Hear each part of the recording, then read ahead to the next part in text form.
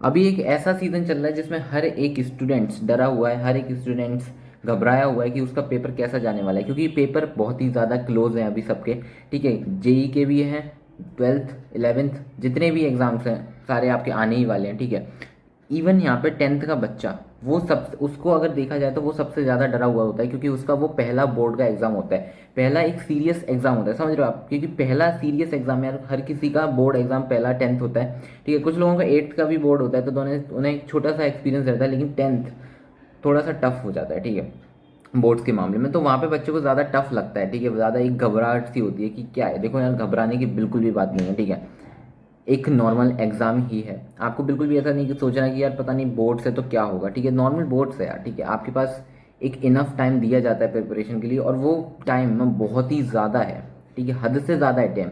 ठीक है, आपको ना जब आपकी 10th कंप्लीट हो जाएगी, जब आप एग्ज़ाम दे लोगे, आप एक दो महीने बाद आपको ऐसा लगेगा यार 10th इतनी हलवा थी ना, इतनी। जब आपका रिजल्ट आ जाएगा, ठीक है, आप जब 11th में आ जाओगे, आप जब 11th की पढ़ाई करने लगोगे, तो आपको पता चलेगा यार 10th इतनी हलवा थी, हम तो एक महीने में निपटा देते। ठीक है, फालतू में घबरा रहे थे, वे फालतू में ऐसा होगा आपके साथ। ठीक है, और मैं ये नहीं कह रहा हूँ कि इस वो सारा सिनेरियो आप अभी से सोचने लग जाओ, आप अभी से कि सोचो कि ना यार हलवा है हलवा है। आप थोड़ा अभी सीरियस हो जाओ। ठीक है, आपके लिए अभी हलवा नहीं है, आप जब 11th में आ जाओगे तब आपके लिए 10th हलवा बनेगी।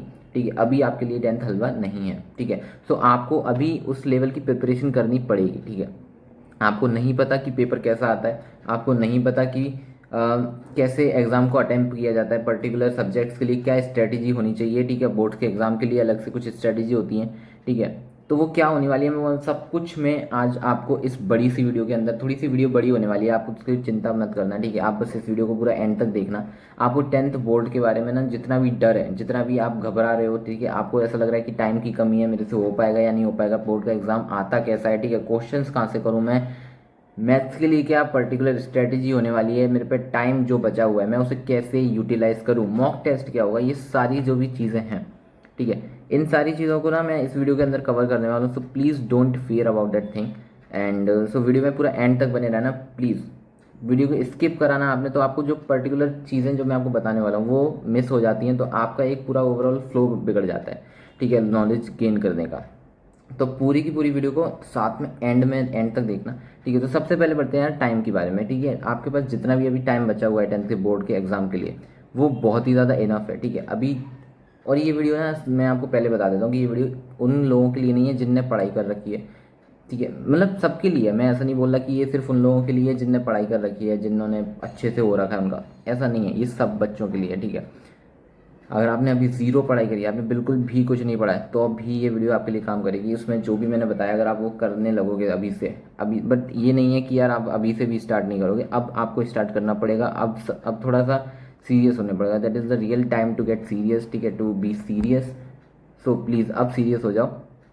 और सबसे इंपॉर्टेंट चीज़ ये है कि आपको बिल्कुल भी टाइम का ये नहीं सोचना है कि मेरे पे बिल्कुल कम टाइम है, इस चक्कर में मैं फालतू का, मैं इस चक्कर में मैं ना सिर्फ इंपॉर्टेंट चीज़ पे फोकस करूँ। इंपॉर्टेंट चीज़ पे ना तब फोकस किया जाता है जब आपके पास हद से ज़्यादा टाइम, कम टाइम हो। ठीक है, अभी आपके पास एक इनफ टाइम है कि आप पूरा का पूरा सिलेबस ना 2 बार कर सकते हो। सच में आपके पास इतना टाइम है, आप 2 बार कर सकते हो उस सिलेबस को पूरे के पूरे को। सो प्लीज़ अभी आप ऐसा मत सोचना कि जस्ट मैं इंपॉर्टेंट चीज़ें करूँगा, सिर्फ मैं एक पर्टिकुलर सेट ऑफ चैप्टर्स करूँगा जो कि इजी इजी चैप्टर्स हैं, या फिर मैं कुछ particular set of important chapter करूँगा। अभी आपको सब कुछ करना है, सारा का सारा सिलेबस आप कर सकते हो 2 बार। ठीक है, आप सोचोगे यार ये बोलने में तो बहुत इजी लग रहा है पर करने में बहुत ज़्यादा टफ है, ऐसा नहीं है, करने में भी ये चीज़ इजी है, आप बस करना स्टार्ट तो करो एक बार। वन शॉट से आप अगर किसी भी एक चैप्टर को देखते हो तो वो मुश्किल से मुश्किल कितना घंटे का वन शॉट होगा, आपके 10th के ना 3-4 घंटे से ज़्यादा के वन शॉट्स नहीं होते। ठीक है, 3-4 घंटे मैंने तो बहुत मैक्स बोल दिया, कुछ चैप्टर के तो 1 घंटे के, 50 मिनट के ऐसे वन शॉट्स होते हैं। तो अगर आप उन्हें देख लोगे और दिन में पूरी प्रैक्टिस कर लोगे, ठीक है, 2-3 घंटे का आपने वन शॉट देख लिया किसी एक पर्टिकुलर चैप्टर का, देन आपने उस पर प्रैक्टिस कर ली अच्छी खासी, तो आपका वो चैप्टर पे कमांड बन गई। बस आपको थोड़े से उसके थ्योरी पार्ट पे ज़्यादा ध्यान देना है, क्योंकि बोर्ड्स में थ्योरी लिखने को बहुत आती है। इवन आप साइंस में देख लेना, ठीक है, आप इंग्लिश, जितने भी, मैथ को छोड़ के मोस्टली जितने भी सब्जेक्ट्स हैं, इवन हर किसी में, मतलब मोस्टली क्या, हर किसी में ही थ्योरी आती है। तो साइंस में भी बहुत थ्योरी आती है। ठीक है, तो आपको अगर साइंस का एक चैप्टर पकड़ लिया आपने, आपने उसका वन शॉट देख लिया, देन आपको उसमें प्रैक्टिस करनी है। तो आपको उस थ्योरी पार्ट को इतना मास्टर कर लेना है कि आप अगर पेपर में भूल भी जाओ ना, तो थोड़ा मन से बना के लिख के आओ। मन से बना के लिखना is the like crazy super power, ठीक है। मैं अभी उस चीज़ पे आऊँगा जब मैं आपको पर्टिकुलर सब्जेक्ट के लिए स्ट्रैटेजी बताऊँगा ना। मैं अभी बताऊँगा आपको पर्टिकुलर सब्जेक्ट के लिए, मैथ के लिए अलग से, ठीक है, और क्या होता है अपना साइंस के लिए अलग से, जो भी आपके ऑप्शनल अदर सब्जेक्ट सबके लिए बताऊँगा। तो प्लीज़ वीडियो में पूरा एंड तक बने रहना, ठीक है, जाना मत। तो अब देखो यार, सबसे इंपॉर्टेंट ये चीज़ है कि पूरा जो पेपर होता है ना, डरने की बात नहीं है, ठीक है। कहाँ से पेपर आएगा, कैसे पेपर आएगा, ठीक है, इस बुक से पढ़ूँ उस बुक से पढ़ूँ, बिल्कुल कुछ नहीं है। मैथ्स का पेपर बिल्कुल एनसीईआरटी, जस्ट एनसीईआरटी। मैथ्स ही नहीं, मैं बोल रहा हूँ साइंस का भी, सोशल साइंस का भी, इंग्लिश, हिंदी, इस जितने भी आपके पूरा बोर्ड जो बोर्ड्स होता है वो पूरा एनसीईआरटी बेस्ड होता है, कंप्लीट एनसीईआरटी बेस्ड। तो उसके लिए आपको कहीं इधर उधर भटकने की ज़रूरत नहीं है, ठीक है। आप इतने सारे सैम्पल बुक्स लेके बैठ जाते हो, रेफरेंस बुक लेके बैठ जाते हो कि यार यहाँ से करेंगे वहाँ से करेंगे, और आप जो सबसे कोर चीज़ है, there is a thing which is called NCERT, there is a book which is called master book, ठीक है। दिस इज मास्टर की फॉर योर बोर्ड्स एग्जाम। तो वो मास्टर की को आप भूल लो मत, ठीक है। उसे आप इतना मास्टर कर लो कि आपका एग्ज़ाम बेस्ट चले जाएगा, बस आपको उसे मास्टर करने की ज़रूरत है, ठीक है। साइंस, अब क्या साइंस, अब मैं आपको वो सब पर्टिकुलर सब्जेक्ट्स के लिए ना वो बता रहा हूँ कि आपको कैसे पर्टिकुलर सब्जेक्ट्स के लिए स्ट्रेटजी अपनी रखनी है थ्रू आउट द जो भी आपके पास ड्यूरेशन बची है आपके बोर्ड एग्जाम के लिए। तो यार देखो, अब आपके पास ना साइंस के लिए क्या करना है आपको, ठीक है। अब आपको पहले मैं बताऊंगा साइंस को पूरे इस जो आपकी जर्नी है उसमें कैसे करना है, ठीक है। साइंस को किस तरीके से आपको पेपर में लिख के आना है, ठीक है। आपको कैसे पढ़ना है, कहाँ से पढ़ना है, क्यों पढ़ना है, ठीक है। सबसे पहली बात तो कहाँ से पढ़ना है। साइंस में जितने भी चैप्टर्स हैं आपके, आपको पर्टिकुलर चैप्टर को सर्च करना है और यूट्यूब पे हज़ारों टीचर्स के वन शॉट मिल जाएंगे, ठीक है। आपको किसी भी एक पर्टिकुलर टीचर को सेलेक्ट करना है। ऐसा नहीं है कि आपको डायरेक्ट समझ आने लगेगा, आपको टीचर्स बदलने पड़ेंगे यूट्यूब पे भी, एक दो वीडियो वन शॉट देखने पड़ेंगे, थोड़ा सा आपको आधा आधा घंटे का सबको देखना पड़ेगा, तब जाके आपको पता चलेगा कि यार ये टीचर्स का मुझे समझ नहीं आ रहा है, ये वाले टीचर का मुझे समझ आ रहा है, इससे मैं बढ़िया कनेक्ट कर पा रहा हूँ, ये जो लैंग्वेज लिखवा रहा है ये बहुत बढ़िया लैंग्वेज है, ठीक है। तो आपको वो चीज़ देखनी पड़ेगी, आपको वो मेक श्योर करना पड़ेगा कि which one is the best teacher for me, ठीक है, फॉर पर्सनल मी। यूट्यूब का यही फ़ायदा कि आप अपने लिए बेस्ट चीज़ चूज़ कर सकते हो खुद से, ठीक है। आप पे किसी का भी फोर्स नहीं रहता कि ना आपने किसी को भी पे कर दिया है, ठीक है, अब आप चेंज नहीं कर सकते हो, आप पे फ्री ऑफ कॉस्ट सब कुछ है। तो आप कभी भी चेंज कर सकते हो, कभी भी शिफ्ट कर सकते हो, ठीक है। तो ऐसा नहीं है कि बार बार शिफ्ट करना है, बस आपको एक बार कोई पर्टिकुलर अच्छा टीचर मिल जाए, पर्टिकुलर अच्छा कंटेंट मिल जाए तो आप उस पर स्टिक रह सकते हो, ठीक है।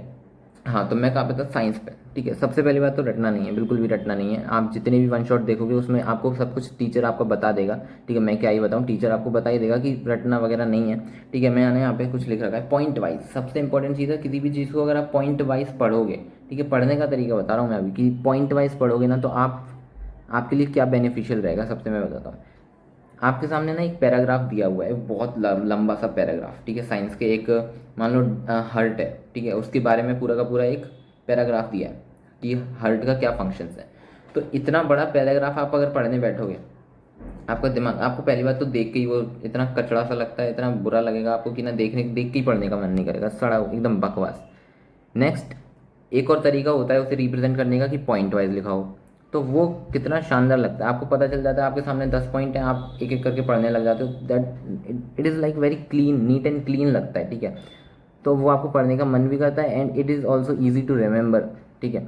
आपको इतना ईजी रहेगा याद रखने के लिए, लाइक आप whenever you are remembering that particular paragraph in the exam, ठीक है। तो आपको इतना जल्दी याद आएगा, आपको इतना ईजिली याद आएगा क्योंकि आपने वो पॉइंट्स में पढ़ा है और आपने वो एक अलग नज़रिए से देखा उस चीज़ को। लेकिन अगर आप पैराग्राफ को देखोगे, पैराग्राफ को याद करोगे तो बहुत मुश्किल है आपकी आप याद रख पाओ, ठीक है।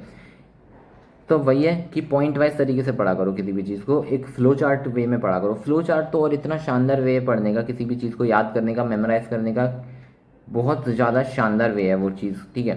तो किसी भी चीज़ को अगर आपको लॉन्ग टर्म के लिए मेमोराइज करना है, ठीक है, आपको अपने ब्रेन में एकदम फिट कर लेना है, ठीक है, तो उसके लिए आप दो तरीके के अपना तरीके से पढ़ सकते हो, फ्लो चार्ट और पॉइंट वाइज तरीके से। पॉइंट से पढ़ना आपके लिए साइंस में बहुत यूज़फुल रहेगा, बहुत ज़्यादा। एंड कुछ चैप्टर्स ऐसे मिलेंगे जिसमें आपको टीचर्स खुद ही, देखो यार टीचर खुद बता देंगे, अब आपको टीचर्स पे फोकस रखना है, मैं क्या ही बताऊँ ज़्यादा, ठीक है। पढ़ाई के बारे में मैं आपको सिर्फ स्ट्रेटजीज बता सकता हूँ, जो कि आपको टीचर भी बताएगा, लेकिन टीचर पढ़ाई के बारे में आपको सब कुछ बता देगा, ठीक है। तो आपको उन पे तो रिलाई करना ही है, ठीक है। कभी भी अपने टीचर पे डाउट नहीं करना, जो वो पढ़ा रहे हैं बस पढ़ो, क्योंकि उन्हें भाई बहुत तगड़ा एक्सपीरियंस है, मेरे से ज़्यादा है, आपसे ज़्यादा है डेफिनेटली। तो उनकी बातों पर रिलाई करना है। और साइंस में देखो सबसे इंपॉर्टेंट चीज़ रहती है डायग्राम, ठीक है। कोई भी आपके पास अगर हर्ट को एक्सप्लेन करने का आया है ना, तो आप उसमें डायग्राम नहीं लिखा, लेकिन अगर आपने बना दिया तो भाई एक, ठीक है, आप ऐसा नहीं कि एक्सप्लेन डायग्राम क्वेश्चन आया है और आपने उसमें बिल्कुल हर्ट का बुरी तरह से डायग्राम बना दिया है, बहुत कॉम्प्लेक्स सा डायग्राम बना दिया और एक्सप्लेन ज़रा सा करा है, तो मार्क्स नहीं मिलेंगे। एक्सप्लेन तो अच्छा करो, ठीक है, और हर्ट का डायग्राम नॉर्मल बना दो, ठीक है। अगर बोला है पर्टिकुलरली कि थोड़ा कॉम्प्लेक्स डायग्राम बनाना है विथ लेबल के साथ, तो बना लो आप जैसा बोला है जितना, ठीक है। तो सिंपल, इससे क्या रिजल्ट निकल के आता है, इससे क्या कंक्लूजन निकल के आता है कि क्वेश्चन में जितना भी दिया है आपको उतना लिखना है, अपने मन से एक्स्ट्रा नहीं लिखना, अपने मन से कम नहीं लिखना, ठीक है। अगर आपको नहीं आ रहा, ठीक है, तो कुछ लिखो, अच्छा लिख लो। अगर कुछ भी आ रहा है आपके मन में तो लिख दो। ऐसा नहीं है कि हनी सिंह के गाने लिख दिए, ठीक है, वो भी बड़ी बात, वो भी कुछ करते हैं लोग एकदम टपोरी लोग, ठीक है, यू नो। तो वही है कि अगर आपको क्वेश्चन में जितना पूछा है उतना एग्जैक्टली लिख के आना है और ना आपको ऊपर से ज़्यादा अपनी मेहनत वेस्ट करनी। क्यों आपको क्वेश्चन से ज़्यादा लिख के आना है, क्या मज़ा आ रहा है, मतलब आपके पास ज़्यादा फालतू टाइम है, बैठे रहो यार उसमें, दोबारा चेक कर लो एक बार कॉपी को, ठीक है, ज़्यादा फालतू टाइम आ रहा है तो वही है कि आपको जितना क्वेश्चन में पूछा है वो करना है, that's it, that is the real way to study science for your board exam, ठीक है। आपके पास अब टाइम अच्छा खासा है, अभी ऐसा नहीं है कि बहुत कम टाइम है, आपके पास टाइम अच्छा खासा है, तो प्लीज़ अच्छे से पढ़ो, ठीक है। अपने टीचर को देखो यूट्यूब पे, अगर आप ऑनलाइन पढ़ रहे हो देखो, अगर आप ऑफलाइन पढ़ रहे हो, हाँ देखो दो टाइप के लोग हैं, ऑफलाइन पढ़ रहे हो ना तो बढ़िया है, पढ़ो ऑफलाइन, जो आपका टीचर है बढ़िया है, ठीक है, उस पर पढ़ो, उसके नोट्स होंगे, उनके नोट्स होंगे, उनसे पढ़ो, उन्हीं में से एग्ज़ाम आएगा, पेपर आएगा, क्योंकि वो खुद एनसीईआरटी में से बना के देते हैं। मैं क्यों क्यों बोल रहा हूँ कि मैं, देखो मेरे को नहीं पता आप कौन सी कोचिंग में हो, तब भी मैं बोल रहा हूँ कि उन्हीं के में नोट्स में से पेपर आएगा। क्यों?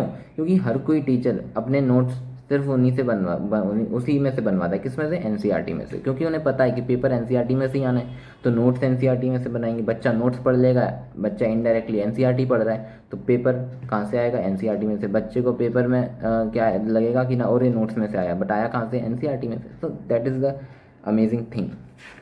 अब देखो यार, मैंने यहाँ पे कुछ लिख रखा है, अब मैथ्स के लिए, मैथ्स पे बात आ जाते हैं। मैथ्स का बहुत डर बना रहता है बच्चों में, लेकिन मैथ्स सबसे प्यारा सब्जेक्ट है, मतलब इतना शानदार सब्जेक्ट है कि आपके मार्क्स कट ही नहीं सकते, ठीक है। हिम्मत, टीचर की हिम्मत नहीं है कि मैथ्स में मार्क्स काट दे, अगर आपने तरीके से लिखा है कि, अगर आपने कचड़ा करा तो टीचर तो मज़े में काटेगा, ठीक है, मस्त माइनस करेगा आपके, इतना इतने मार्क्स माइनस करेगा ना, ठीक है। तो मैथ्स में क्या होता है, एनसीईआरटी पूरी करो। Maths is just like NCERT, maths is a children play game, ठीक है, चिल्ड्रन प्ले, ठीक है। तो मैथ्स को आपको पूरा का पूरा करना है एनसीईआरटी से, क्योंकि अगर आप किसी स्टेट बोर्ड से हो, ठीक है, मैं एमपी बोर्ड से था, तो आप अगर स्टेट बोर्ड से हो तो डेफिनेटली पूरा का पूरा एग्जाम डिक्टो, एकदम एकदम डुप्लीकेट क्वेश्चन, कॉपी पेस्ट हो जाता है, ठीक है, एनसीईआरटी में से कॉपी पेस्ट हो जाता है एग्जाम में, एनसीईआरटी में। एमपी बोर्ड की बात कर रहा हूँ मैं, अगर आप स्टेट बोर्ड की बात कर रहा हूँ, इवन में सारे स्टेट्स बोर्ड में ऐसा ही होता है मोस्टली, ठीक है, मेरे में तो ऐसे ही हुआ था, ठीक है। एमपी बोर्ड में एकदम कॉपी पेस्ट क्वेश्चन आ जाते हैं, एकदम कॉपी पेस्ट, कोई ना वैल्यू चेंज करते ना कुछ, बस ये है कि आपको मेक श्योर करना है कि आपने सारे के सारे क्वेश्चन करे हों। कोई भी क्वेश्चन आ सकता है कि आप ये सोचोगे कि मैं ये वाला चैप्टर छोड़ के चले जाता हूँ, तो उसी से मान लो 2 क्वेश्चन आ गए, आपकी ऐसी तैसी हो जाएगी, आप बोलोगे ये तो लुट गए भैया, ठीक है, एल लग गए।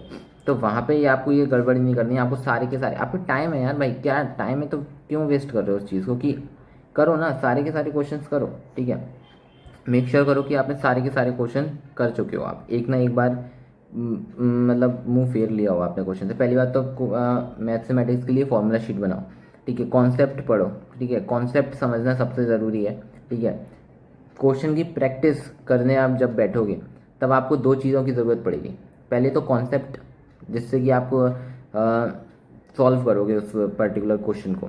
सेकेंड थिंग फॉर्मूला, जो कि आपको, जिससे ऑफ कोर्स आप दोबारा सॉल्व करोगे क्वेश्चन को, ठीक है, जिसकी कैलकुलेशंस में आपको नीड रहेगी। तो फॉर्मूला की शीट आपको बनानी पड़ेगी, ठीक है। फॉर्मूला शीट बहुत ज़्यादा इंपॉर्टेंट है। लोग सोचते हैं कि यार ये तो कितनी कॉमन चीज़ है, हर कोई बताता है कि फॉर्मूला शीट बनाओ, बट यार कॉमन है तो बट करो ना। ऐसा नहीं है कि कॉमन है बट इम्पोर्टेंट भी तो है। ऐसा नहीं है कि कॉमन है बट कॉमन है तो इम्पोर्टेंट नहीं है, ऐसा नहीं होता। कॉमन है बट बहुत इंपॉर्टेंट है। लोग छोड़ देते हैं सर ये सोच के कि ये तो कॉमन है, हर कोई करता है, मैं नहीं करूँगा, ठीक है, बी यूनिक, ऐसा सोचते हैं कि हम तो यूनिक बनेंगे, हम लोग फॉर्मूला शीट बनाते हैं तो हम नहीं बना रहे, ऐसा नहीं है।